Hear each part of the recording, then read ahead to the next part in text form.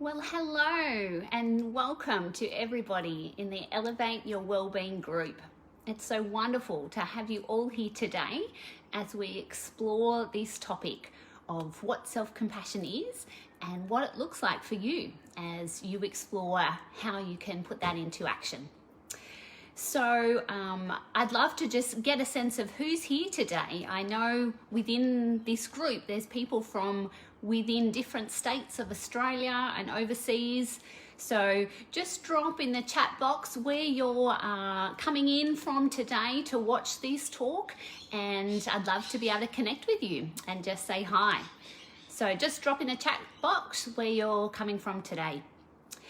So my name is Melinda, and I'm an experienced psychologist and a certified results coach. And I'm really passionate about helping people in their journey towards optimum well-being. I don't know about you, but I find that I often know all this stuff in my head about how important well-being is, but in my day-to-day living life, it's harder to put into action. So for those of you who are just coming on now to join us, a big welcome to you. We're glad to have you here. And we're going to be exploring today this topic of self-compassion and what can equip you in putting that into action.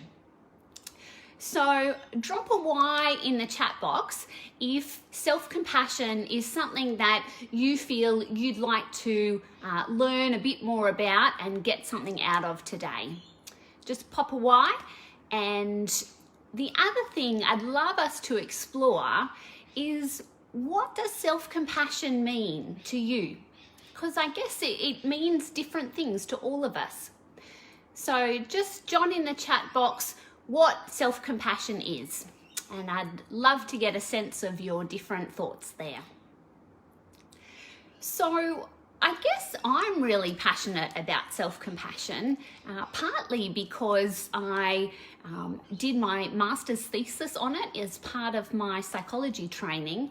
And so I loved, in a way, learning all the evidence base behind self-compassion and how it has such a powerful impact on our personal well-being. But then I've really enjoyed the opportunity to explore practicing it in my everyday life. Now, I don't know about you, but put a Y in the chat box if you find it hard sometimes to, implement things in action. I think I get so caught up in the busyness of life, and sometimes it's just that tricky moment of, in the crux of it, am I putting this into action? So I'm going to share a funny story of when self-compassion really hit the road for me. Back in the day, I was 18. I was an exchange student in Austria.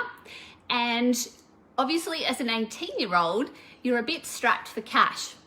So I'd saved up my money and I'd gone to visit a friend in Sweden. And then I had to have a stopover in another country at the time that I hadn't heard of. And little did I know that with this changeover flight, that it had a different time zone.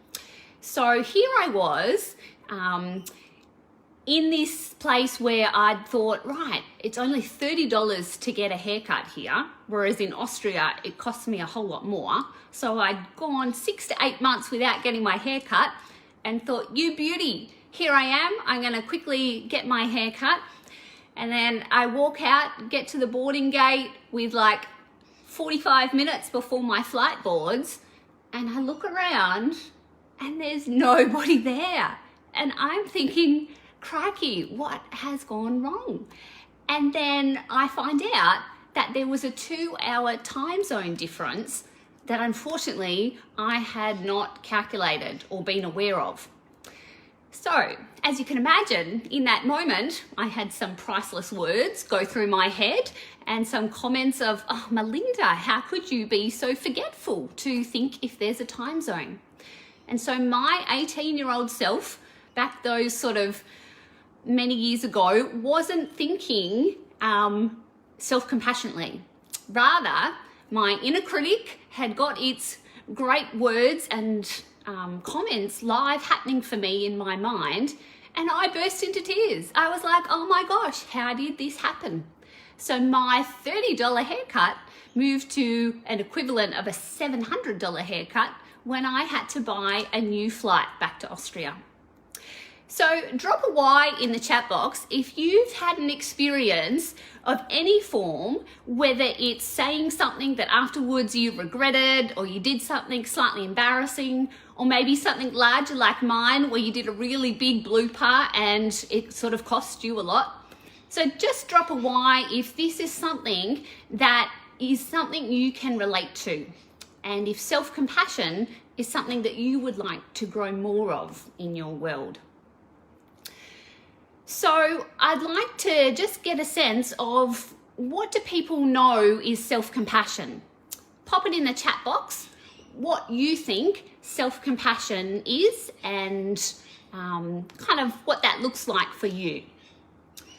For some people, it might be having an attitude of kindness towards yourself. For others, it's about treating themselves with the same kind of respect and care that they would treat a friend.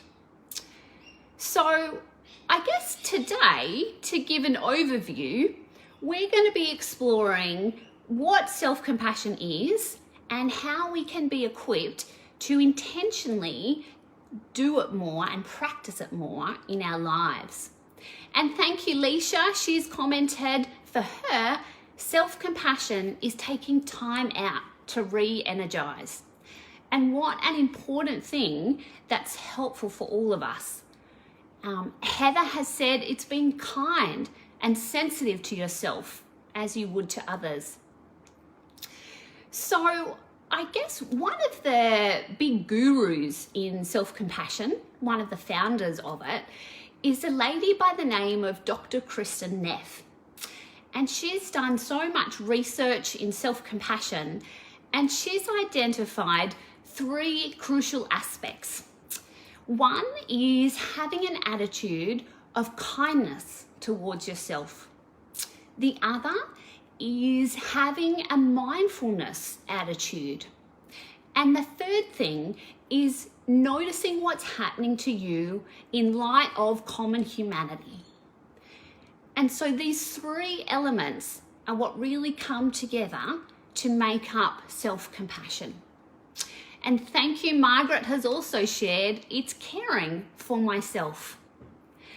And so how wonderful that we've all articulated what self-compassion means to us. Because as individuals, it's going to look different for every person. So today, we're going to look at some of the research benefits that self-compassion has on psychological well-being.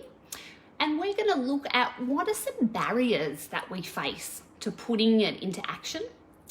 And finally, and the majority of the time, we're going to look at what are some tools that you can use to be intentional in practicing self-compassion, both in your everyday life as an informal practice, but also looking at, are there any formal practices of self-compassion that you would like to implement? And then finally, I'm going to provide you with some resources and supports available that are there if this resonates with you, and if you're feeling motivated to explore it further and to take active steps to proactively have more of it in your world. So I guess let's think through this idea of self-kindness. We see this element of self-compassion where, I don't know about you, but I find I can be really harsh towards myself, but so loving and caring towards other people. But I've got this double standard then within myself. So the self-kindness component of self-compassion is about how can you show yourself the same kindness that you would show a good friend or anybody else in a similar stressful situation. So the self-kindness is looking at valuing kindness over judgment of yourself in those moments. The other aspect of self-compassion is common humanity. And this is where we focus on, instead of feeling isolated in our experience of whatever the challenge is that you're going through, the common humanity aspect of self-compassion reminds us to think, is this also something that people experience as part of being human? And it reminds us to have that greater perspective so that we're not isolating ourselves in the thought pattern sometimes of, oh, this is just me, or how stupid, or whatever. When we broaden our perspective to that sense of common humanity, that we are human, that can help alleviate some of that stress in moments of challenge. And the third aspect of self-compassion is mindfulness. Now, mindfulness is all about living in the present moment and being focused on what's happening in your here and now. So the mindfulness aspect of self-compassion helps you to be aware of your feelings and your thoughts and experiences, but it helps prevent you from over-identifying with them and being kind of trapped and feeling overwhelmed by that experience. A sense of mindfulness helps you to step back and see it in a bit of a broader perspective, almost like you're an observing self of, I can see this is happening and this is painful, but I can appreciate other people might make mistakes or go through that as well. Heather's made a great comment of, yeah, we all make mistakes as humans and it's okay. And so this is what self-compassion is all about. It frees us up to live our own authentic life, embracing change and doing what's valuable and meaningful to us. But it gives us the courage to grow and to try new things. Because unlike self-esteem, which is also really helpful and important, but it's a bit more based on comparing yourself to others. Whereas self-compassion doesn't involve that, how am I doing compared to other people? It's all about your own awareness of yourself and having this self-kindness, which motivates you to then try new things and to embrace the things that you're really wanting to achieve in your world. Alrighty, so I'd love you to drop a chat in the chat box of where you're watching this video from today. We've got people from different places, and a big welcome to those who are also watching this later on the replay. It's fantastic that you're able to carve time out when you get out of work to be able to invest in yourself and your own well-being. And Heather is saying, I like that self-compassion gives us freedom to grow and to give things a go. And I totally agree. I guess it empowers us to notice with kindness if we're kind of having unhelpful thoughts or feelings that are inhibiting us. And it gives us that freedom to be who we want to be. But without that sense of fear of failure or judgment, because we view it in an experience of common humanity and of giving things a go. So I guess now, write in the chat box what you think some benefits might be of having self-compassion. Have a guess what you think it might have an impact on. So I'll give some examples, like self-compassion can have an impact on our, mental well-being. Drop in the chat box what else you think it can have an impact on. And I'm looking forward to checking out some of your responses. And I welcome Lisa and David who've just come on. We're chatting about what self-compassion is and what kind of benefits could it have for your own personal well-being. So I guess a lot of the research that Kristin Neff, one of the founders in self-compassion, her studies have found that it actually has a really helpful, benefit for our psychological well-being. And studies showed where it impacts reduced levels of self-criticism. It helps people be more motivated to try new things, to achieve performance goals. It can help people have a reduction in perfectionism. It can help reduce depression and anxiety levels. It helps people have a greater sense of social connectedness because you're focused on this broader humanity. And it's this non-critical, mindful, kind stance towards yourself that gives people that freedom to embrace more of those challenges that they may face in life. So I guess we know all these health benefits of self-compassion. And now we're going to be looking at what are some barriers that we might face in putting it into action. So pop in the chat box what you think some barriers might be. And while you're doing that, I'm just going to look at some past people's comments.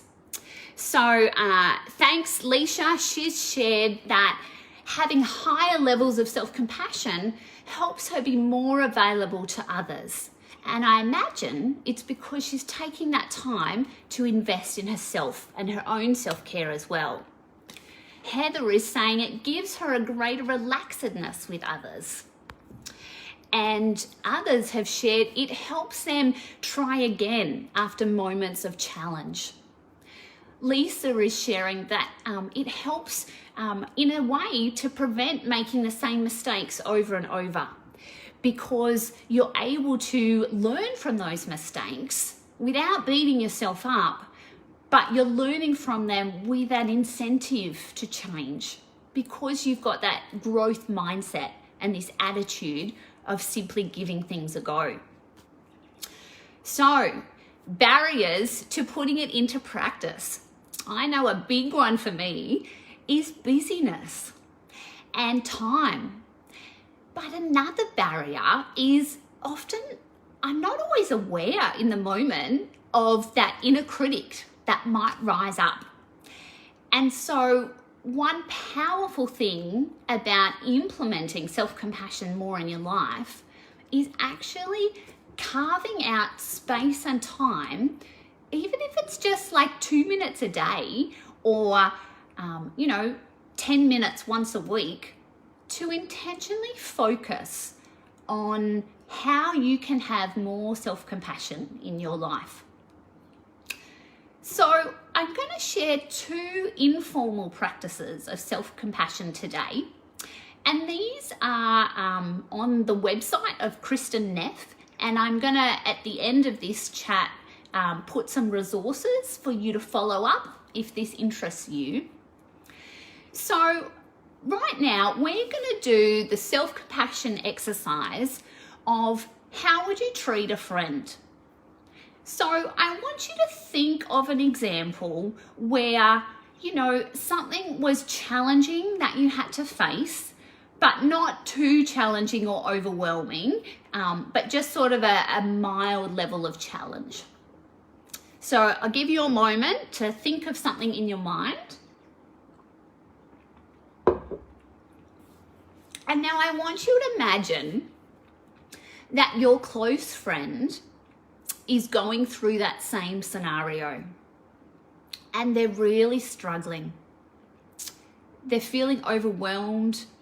They're really beating themselves up. Maybe they've made a mistake and they're just, can't seem to see through it. And it's feeling all this judgment that they're putting on themselves. So I want you to write in a chat box, what are some responses that you might have towards that friend? It might be something that you say, something that you do, or it might be the type of tone of voice that you might have. pop through some of those ideas. And as you're doing that, I guess have a reflect of that's how you would see a close friend going through a period of challenge. Now I wonder, if you were to put yourself in that scenario, what kind of things do you notice that you might be saying to yourself? What's your tone of voice like? What's your body language like? What messages are you giving to yourself in that moment?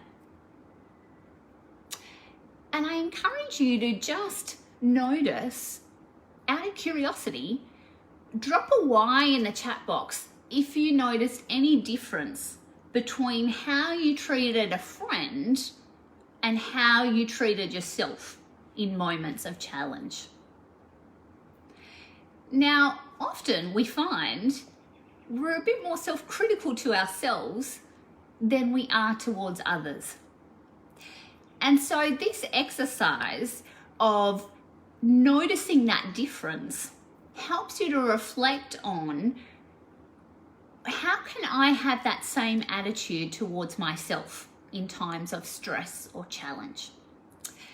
And I guess after this live event, or even now, I'd encourage you to write down some of those things that you would have told a friend, and to be able to reflect on, are there ways that you can have that same level of care and genuineness towards yourself?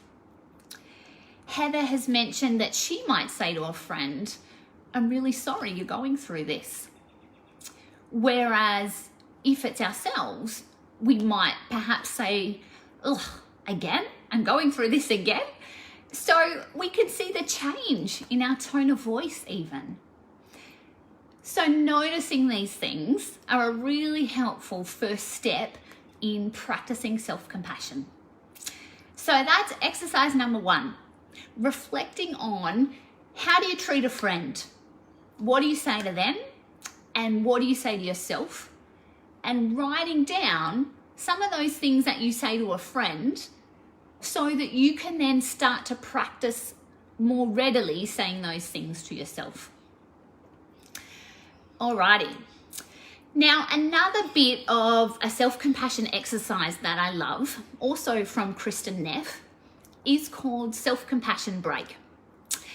And I guess a big part of self-compassion involves this kindness to ourselves. And I guess one of the concepts is this idea of soothe and allow and settle, these kind of affirming words to ourselves. And so one thing I'd encourage you, if you're feeling, stressed or struggling with your thoughts in particular moments, is to actually feel something soft, whether that's, a soft bit of some clothing that you're wearing, or it might be feeling the texture of a cushion near you. And just connecting with your 5 senses really helps bring you into a more calm state. So Alicia has said, definitely something I want to think more about, and I'm really encouraging to do it more for myself, because she notices she easily does it for others, but it's a bit harder implementing self-compassion personally, which is something that I've noticed within myself as well. And it's caused me to want to be intentional. And so that's why I've started applying this second self-compassion kind of implementation action of what's called the self-compassion break. So again, I want you to think of a moment of difficulty that's relatively mild, but that caused you some discomfort. And imagine back to that moment. Just imagine what you might have been feeling in your body, in your heart, your breathing. Just bring yourself back there a little bit to that moment of challenge.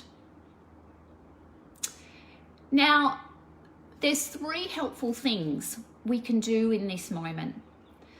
The first is to say to yourself, this is a moment of suffering.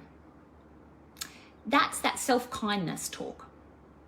The second thing that's helpful is to say something like, suffering is hard.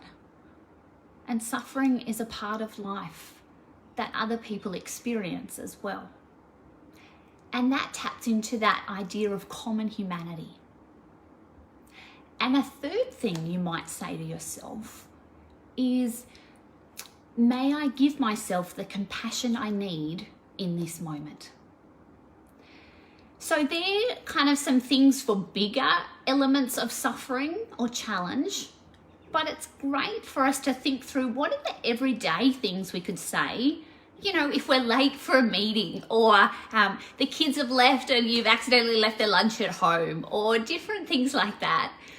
So there's all sorts of things. So some of the things I love saying is noticing the moment of challenge and maybe saying, oh, this is stressful, or ouch, that hurts, or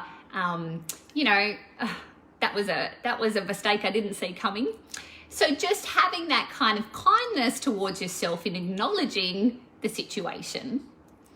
And then as you bring in that second element of common humanity, it might be saying, I'm not alone, or other people feel this way too, or we all struggle at different points in our lives.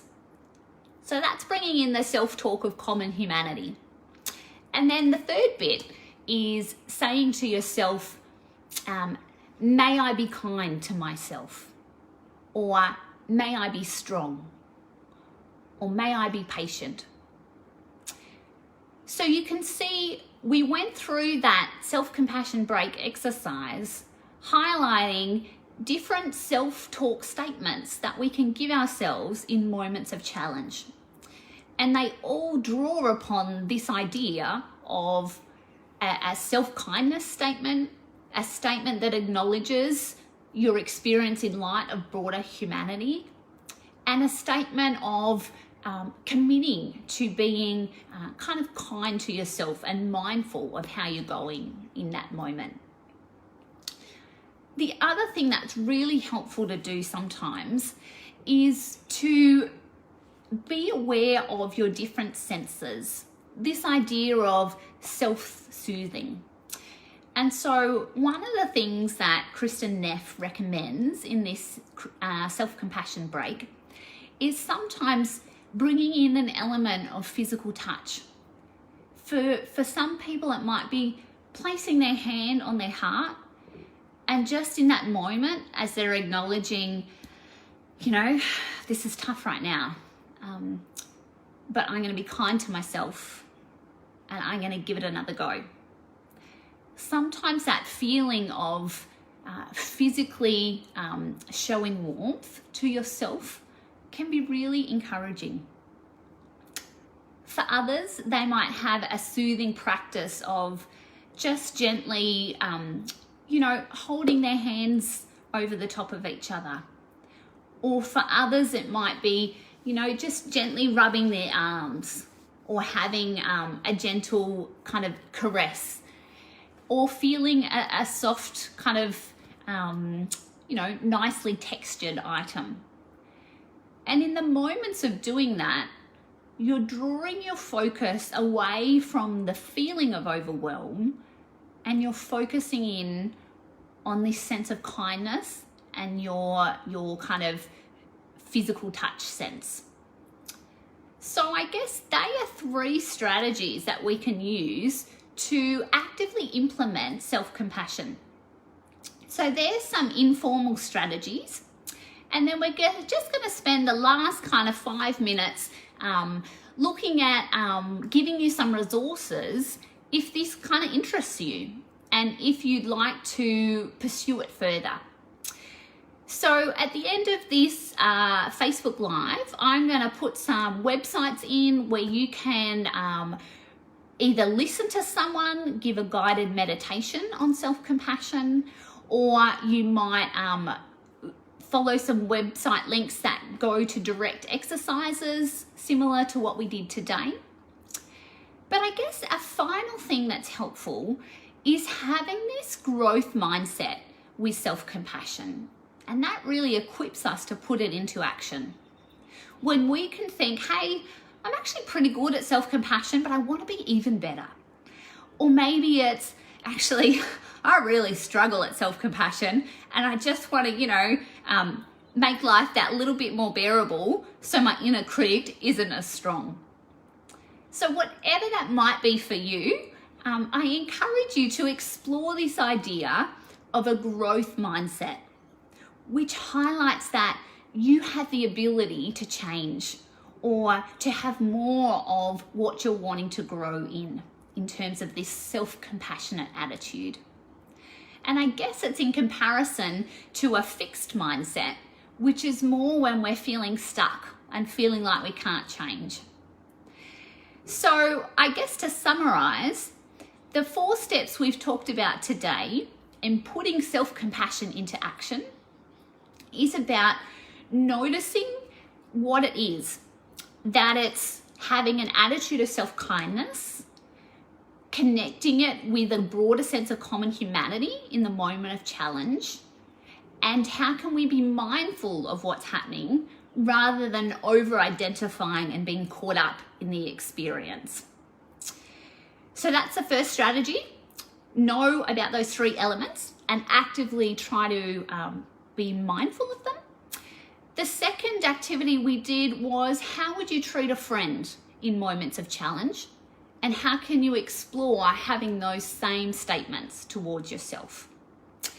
And the third activity we did was the self-compassion break, where you got to reflect on what are some self-talk statements you can give yourselves that tap into the 3 elements of self-compassion: self-kindness, common humanity, and mindfulness. And then the 4th step was looking at this sense of self-soothing in those moments of challenge and drawing on your physical sense of touch. So there's some practical ways that you can implement it in your day, and I encourage you to try using the self-compassion break, maybe, once a week for 10 minutes, and just see what that's like for you. Now, just before we wrap up, I'm going to let you know that if this is kind of content that interests you and you'd like to explore more of how you can have this in your life to achieve the goals that you're really wanting to achieve, I'm offering a 6-month coaching program where you can have one-on-one coaching sessions with me, who's a trained certified results coach. And you can be equipped with some additional strategies to help you in your goals of health and well-being, particularly around what can be sustainable for you to live a life with an attitude of self-compassion in action. So check on the link below. It has my website, and to inspire people who are already showing action, who've come to this Facebook Live and are showing they're really interested in incorporating some of these well-being strategies into your day-to-day life, I want to really reward you as action takers. So for the first 3 people who go onto my website and book a discovery call, you are able to have the first if you do the 1-month program or the 6-month coaching program, you get it half price, because I really want to acknowledge that you've taken action in wanting to have more of this well-being priority in your life. So click on the link below after the Facebook Live, and I'd love to connect with you. And I guess the coaching sessions involve 2 coaching sessions a week, and then in between session support, where I can give you additional resources and motivation and accountability to help you achieve some of these well-being goals around mindset or around attitudes that you're wanting to implement in your world. And then I'm also going to pop on at some links that you can follow up around some free coaching services that New South Wales offers for if you're wanting to have free coaching around exercise and healthy eating. And I guess I want to give as much value as I can to inspire you in taking action in whatever those life wellbeing areas are that you have. So thanks for today, everyone. It's been such a joy to be with you together on Facebook Live, and good on you for all you're doing as part of Elevate Your Wellbeing, this group of community that you have here. And it's been a privilege to be part of it. So thanks for having me. And if you want to check out anything more, feel free to look at the website, Well with Mel Psychology and Coaching, at www.wellwithmel.com.au. I look forward to seeing you next time, and have a great day. Bye-bye.